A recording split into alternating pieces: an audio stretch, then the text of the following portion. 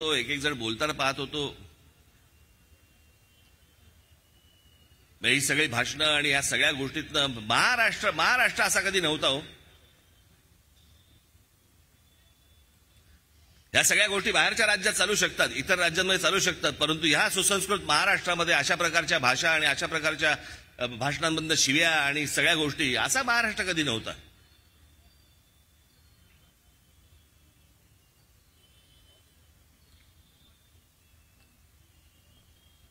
आणि या महाराष्ट्रातल्या अनेक बाकीच्या काही पुढाऱ्यांनी वेगळ्याच विषयांमध्ये तुम्हाला गुंतवून ठेवायचं ठरवलंय, वेगळ्याच, ज्याचा प्रगतीशी संबंध नाहीये. आज नवीन अनेक तरुणी आज विचार करतायत, त्यांच्या भविष्याचा विचार करतायत, त्यांचे पालक त्यांच्या भविष्याचा विचार करतायत.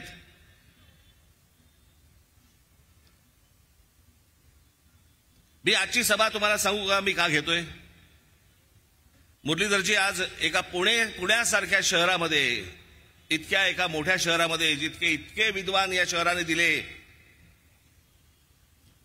जगभरातल्या अनेक कंपन्यांना इतके सल्लागार दिले, अशा एका पुणे शहरामध्ये तुम्हाला एका पुन्हा सत्तेत बसणाऱ्या एका पक्षाच्या खासदारकीची उमेदवारी तुम्हाला मिळालेली आहे. म्हणून मी तुमची सभा घेण्यासाठी आलोय. 4 गोष्टी मला काही सांगायच्या आहेत तुम्हाला. आपण विमानतळावर कोणाला तरी सोडायला जातो बघा, किंवा ट्रेनमध्ये सोडायला जातो, आणि मग जाताना काही 4 सल्ले देतो. बाहेरचं पाणी पिऊ नको, बाहेरचं कुठे खाऊ नको.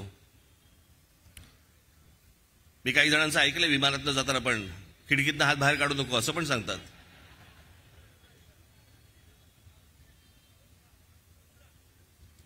पण मला असं वाटतं की आपल्या या सगळ्या नियोजन शून्य गोष्टींमुळे अनेक वेळेला आपल्या शहरांची जी शहरं बर्बाद होत आहेत, जी डोळ्या देखत बर्बाद होताना दिसत आहेत,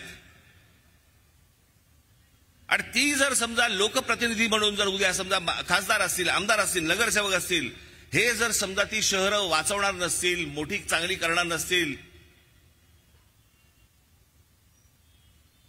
मी 2014 साली एक छोटी डॉक्युमेंटरी केली होती एस्थेटिक वरती, युट्यूब वरती असेल बघा तुम्ही ती.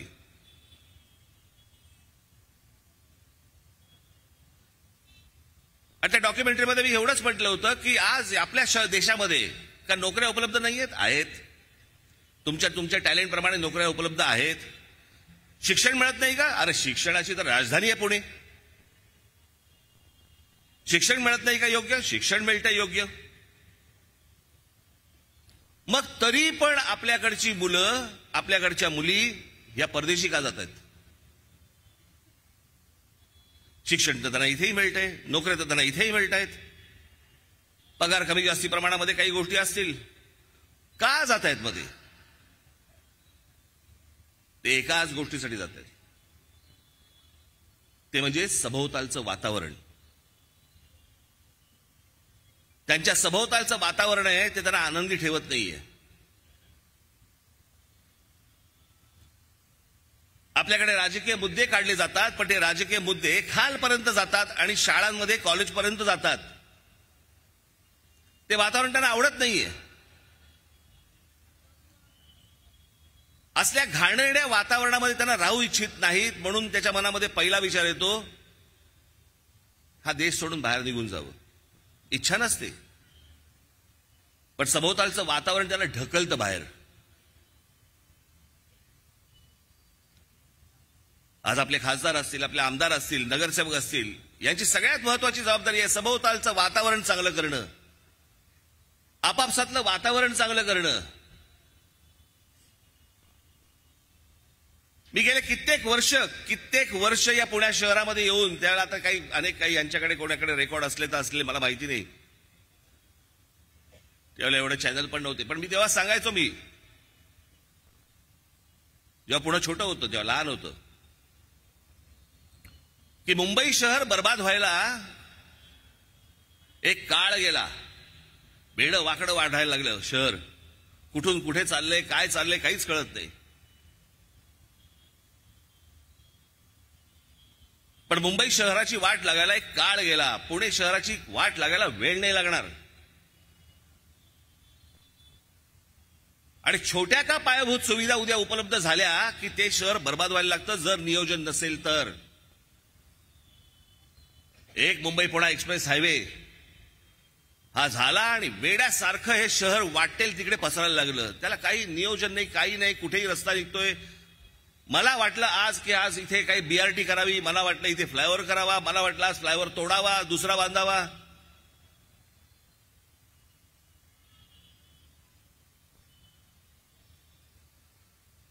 काल परवाकडे मी बघत होतो पुणे शहर, फक्त पुणे महानगरपालिका एवढीच फक्त गोष्ट बोलतोय. पुणे महानगरपालिका या शहराची लोकसंख्या आहे 70 लाख.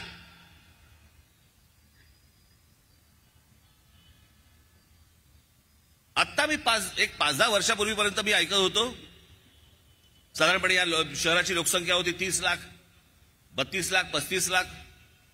आज बघतोय 70 लाख. आणि या 70 लाख लोकसंख्येच्या शहरामध्ये वाहनं किती आहेत? 72 लाख. कुठून रस्ते मिळणार आहेत तुम्हाला? कुठून रस्ते पुरणार आहेत आपल्याला?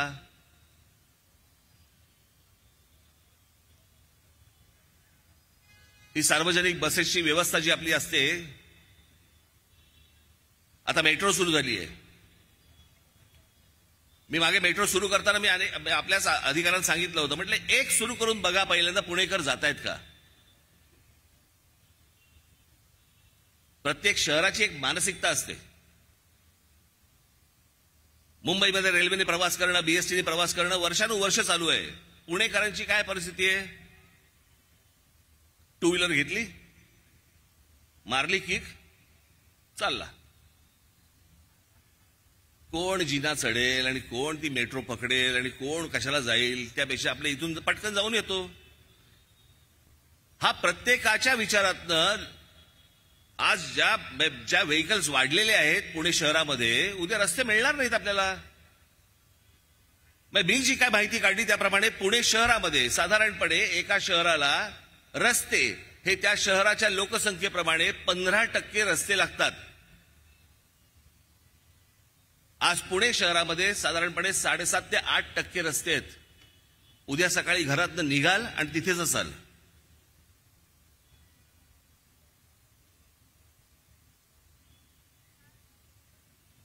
गेल्या 10 वर्षामध्ये साधारणपणे 30 लाख लोक बाहेरून आले या शहरामध्ये. 30 लाख.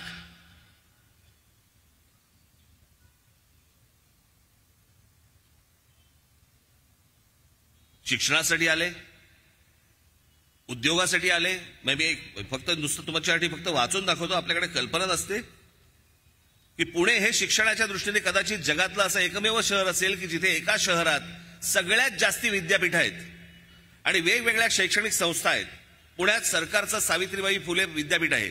त्या व्यतिरिक्त 12 डीम्ड युनिव्हर्सिटी आहेत, 5 खासगी विद्यापीठे आहेत, 6 स्वायत्त ऑटोनॉमस विद्यापीठे आहेत, नॅशनल डिफेन्स अकॅडमी आहे, defence institute of advance technology आहे, केंद्र सरकारची 2 महत्वाची कॉलेजेस आहेत, त्याशिवाय राज्य सरकारची इंजिनिअरिंग कॉलेज आहेत, 8 मेडिकल कॉलेजेस आहेत. याशिवाय सदन कमांड पुण्यात आहे. देशातील पहिल्या 15 टॉप IT कंपन्यांची ऑफिसेस आहेत. पुण्यात 5,80,000 मीडियम आणि स्मॉल स्केल इंडस्ट्री आहे, ज्यांची अंदाजे दिल्लीला कर म्हणून किती भरतं माहितीये तुम्हाला? 75 ते 80,000 कोटी रुपये भरतं.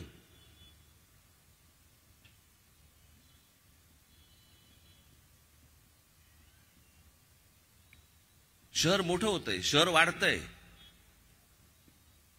मुंबईमध्ये देखील इतक्या एजन्सीज काम करतात, पण इतक्या वर्षांमध्ये त्या सगळ्या एजन्सीशी मिळून, ती महानगरपालिका असेल, ती म्हाडा असेल, अजून कुठचे तुमच्या ज्या काही संस्था असतील जे प्रत्येक शहर म्हणून बघत असतात, त्यांची सगळ्यांची मिळून एक बैठक नाही झाली, एक मीटिंग नाही झाली इतक्या वर्षात.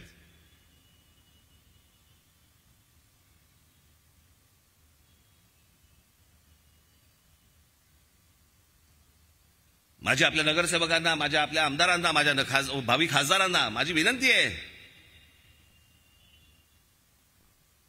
की ज्या काही गोष्टी इथे येत आहेत, आता हा तुमचा नदीचा प्रकल्प महानगरपालिकेला माहित नाही, केंद्रातनं पैसे आलेत, केंद्र सरकारकडनं काही निविदा काढल्या गेल्या, तो त्याचा प्रकल्प सुरू आहे, महानगरपालिकेला माहित नाही, जनतेला माहित नाही, लोकांना माहित नाही काय चाललंय. तुम्ही उद्या खासदार होणार आहात, आपल्यातले तुमच्यामधले अनेक जण उद्या आमदार होणार आहेत. नगरसेवक होणार आहेत. नुसता नगरसेवक झालो, आमदार झालो, खासदार झालो म्हणून होत नाही, भागत नाही. या शहरांचं जर समजा नियोजन जर समजा आज नाही झालं, ही फुटतील शहरं, उद्ध्वस्त होतील. आणि या शहरांकडे नीट लक्ष दिलं जाऊ नये, बाकीच्या गोष्टींमध्ये करावं म्हणून इकडचे अनेक नेते हे आम्हाला सगळ्यांना इथे जातीपातीमध्ये गुंतवून ठेवतायत.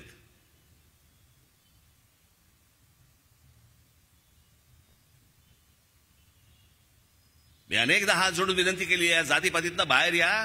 पहिल्यांदा तुमच्या स्वतःचा विकासाचा विचार करा, तुमच्या आयुष्याचा विचार करा.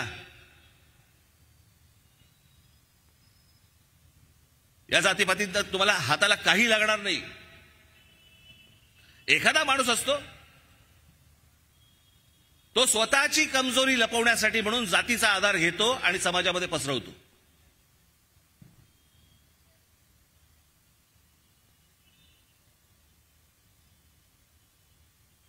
लहान असल्यापासून या शहरामध्ये आलो मी. 71-72 सालापासून मी या शहरामध्ये आलो. एक टुमदार सुंदर असं पुणे होतं. छान बागा होत्या, तलाव होते, वातावरण छान होतं,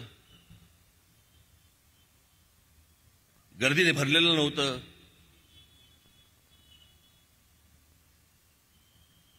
आज त्याच पुण्यामध्ये येताना काय अवस्था झाली, कुठून कुठपर्यंत शहर पोहोचलंय जरा एकदा अंदाज तर घ्या.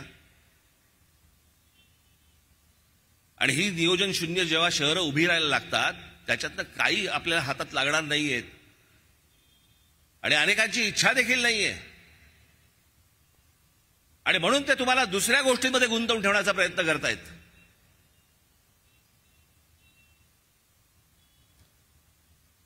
मी मागे सांगितलं होतं ना की ज्यावेळेला शरद पवार साहेबांनी ज्यावेळेला राष्ट्रवादी काँग्रेसची स्थापना केली 1999 साली, आज राष्ट्रवादी काँग्रेसचे पण लोक इथे आहेत, पण ते अजितदादांबरोबर आहेत. बाकी अनेक मतभेद असतील माझे अजित पवारांबद्दल, पण एक गोष्ट तुम्हाला निश्चित सांगतो, अजित पवार या माणसाने कधी जातीपातीचं राजकारण नाही केलं. मी आजपर्यंत सगळ्या गोष्टी पाहत आलो त्यांच्या, पण एका गोष्टी बाबतीत शरद पवार साहेबांबरोबर राहून पण त्यांनी कधी जातीपातीचं राजकारण केल्याचं आजपर्यंत मला आठवत नाही.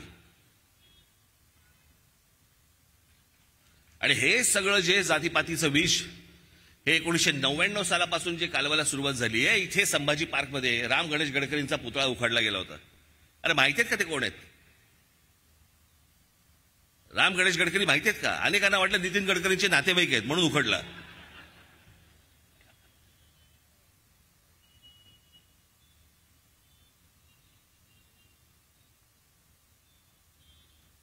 काही माहिती नाही, काही कशाला संबंध नाहीये.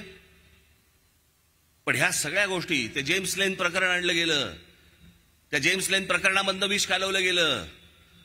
कोण कुठचा जेम्स लेन? बरं, तो जेम्स लेन मुलाखती देतोय, तो सांगतोय की मी इथल्या कुठच्याही माणसाचं कधीच नाव घेतलं नाही आणि मी कोणाला भेटलो पण नव्हतो, हे त्याच्या मुलाखतीत तो सांगतोय. पण तोपर्यंत तुमच्यात विष कालवून झालं होतं.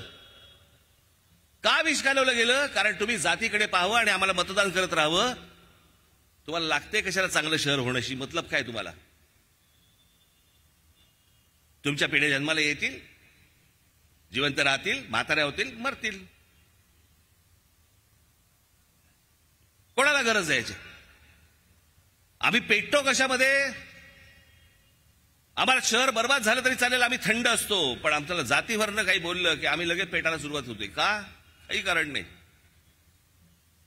या असल्या मानसिकतेचा गैरफायदा घेणारी मंडळी आजपर्यंत आज तुमच्या समोर येत आहेत. आज काय तर म्हणे तिथे काही मुस्लिम मोहल्ल्यांमध्ये आणि काही तुमच्या मशिदींमध्ये फतवे निघतायत.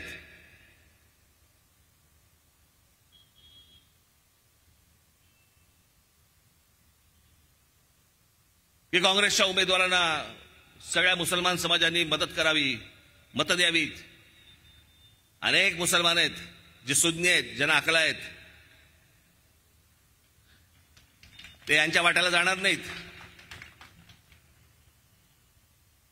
त्यांना समजते काय चाललंय राजकारण. ते आता हे निवडणुकीच्या तोंडावरती हे तुम्ही फतवे काढताय.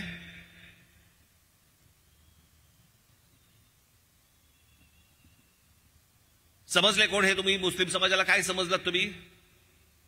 तुमची घरची गुरढोर आहेत. त्यांनाही समजतंय कोण कशा प्रकारे काय चाललंय आणि कोण आपल्याला वापरून घेतंय ते. पण बघा, निवडणुकीच्या तोंडावरती फतवे काढले जात आहेत. काँग्रेसला मतदान करा, उद्धव ठाकरेंच्या शिवसेनेला मतदान करा.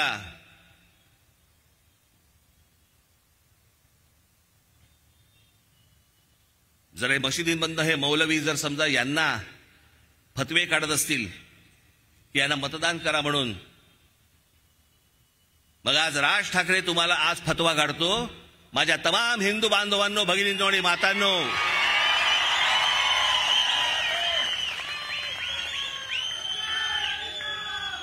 मुरलीधर मोहोळ असतील, भारतीय जनता पक्षाचे काही अजून इतर कुठचे शिंदेचे, अजित पवारांचे जे उमेदवार असतील, त्याला भरघोस मतांनी मतदान करा. ही जी अनेक लोकांची जी चळवळ चालू आहे ना, चळवळ काँग्रेसला मतदान करण्याच्या दृष्टिकोनातनं, हे कशासाठी? कारण गेल्या 10 वर्षामध्ये तोंड वरती नाही काढता आलं यांना.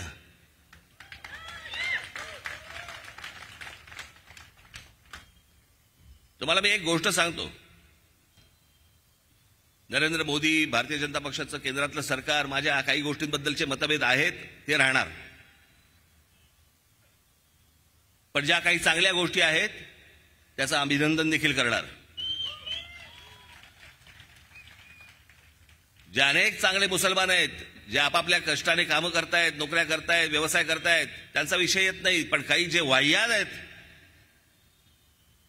ज्यांना इथे सगळा धुमाकूळ घालायचा, धार्मिक धुमाकूळ, ज्यांना गेले 10 वर्षामध्ये डोकं वरती नाही काढता आलंय,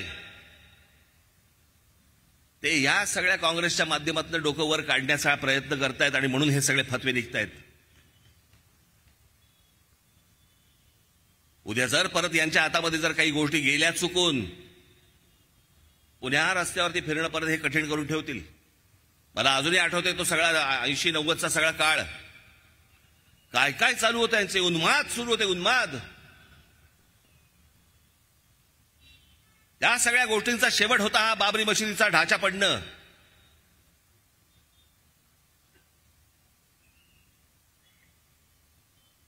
पण तो ढाचा पडल्यानंतर मला कधीच वाटलं नव्हतं की या देशामध्ये राम मंदिर घडेल, बनेल.